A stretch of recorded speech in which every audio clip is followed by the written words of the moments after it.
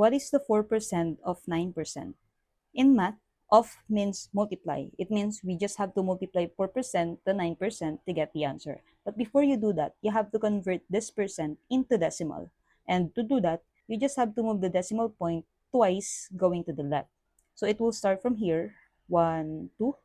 The decimal will be here, and you'll have 0.04. Same with 9%.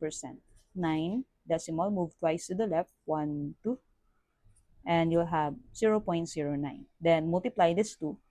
Just simply multiply 4 and 9, that's 36, and count the decimal places. 1, 2, 3, 4. 1, 2, 3, 4. The decimal will be here.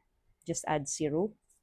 0.04 times 0.09 is equal to 0.0036. And if your answer must be in percent form, you just have to move back the decimal twice going to the right. So that will be 1, 2, the answer will be 0.36%.